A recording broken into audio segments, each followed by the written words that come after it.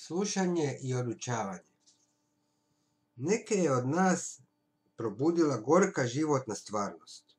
Prošli smo toliko patnje da smo se na kraju ipak probudili. No, ljudi se uglavnom nastavljaju sudarati sa životom. Prolaze kroz život uspavani i nikad se ne probude. Nažalost, nikad im i ne padne na pamet da postoji neki drukčiji način, neki bolji put. Ako vas život nije dovoljno izudarao i ako niste dovoljno patili, ipak postoji i drugi put. A to je slušanje. To ne znači da se morate složiti sa onim što ja govorim. To ne bi bilo slušanje. Vjerujte, stvarno nije bitno slažete li se sa mnom ili ne. Jer slaganje i neslaganje odnosi se na riječi, gledišta, na različite teorije. Oni nemaju baš nikakve veze sa istinom. Istina se nikad ne može izraziti riječima. Istina se može spoznati iznenada kao rezultat određenog stava.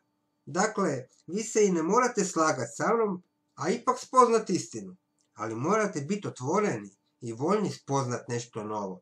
To je bitno, a ne vaše slaganje ili neslaganje sa mnom.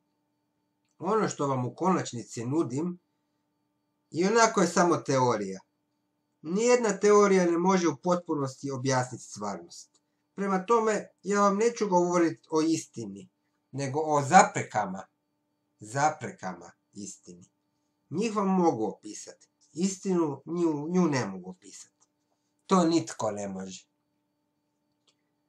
Mogu vam samo dati opis zabluda, tako da biste ih mogli ispustiti.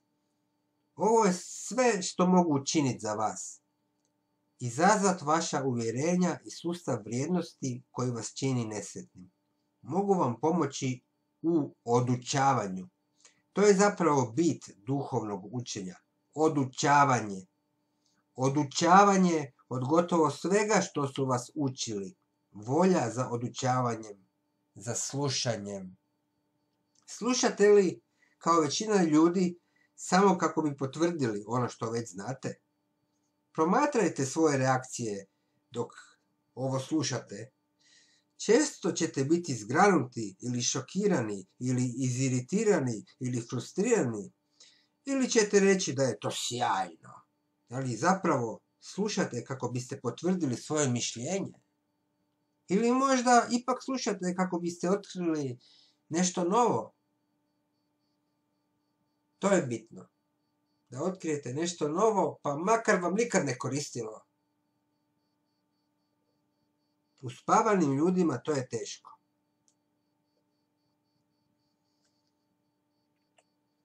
Ljudi mrze sve što je novo.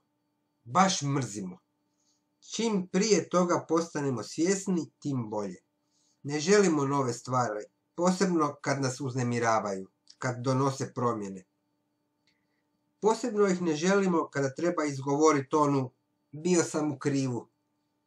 Sjećam se susreta sa 80-godišnjim starcem u Španjolskoj, koji je prije 30-40 godina bio moj profesor i rektor u Indiji.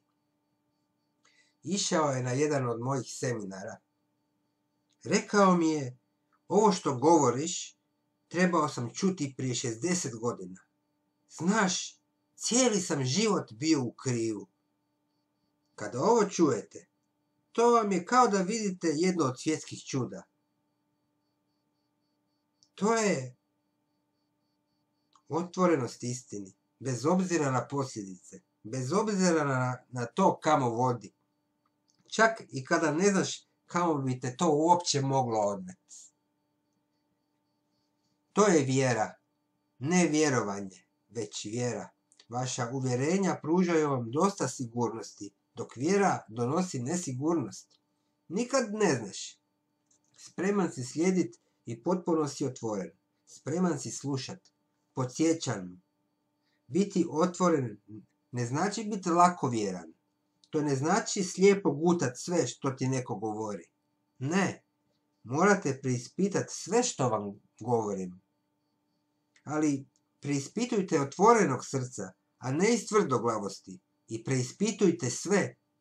Sjetite se Budinih riječi.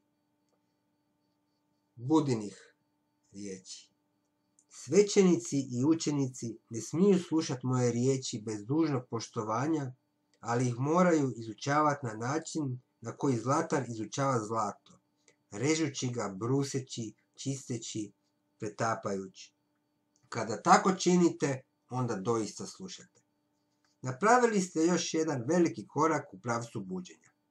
Prvi korak, kao što rekoh, bila je vaša spremnost priznat da se ne želite probuditi, da ne želite biti sretni. Unutar vas postoje različiti otpori. Drugi je korak vaša spremnost razumjeti, slušati, preispitati svoj sustav uvjerenja.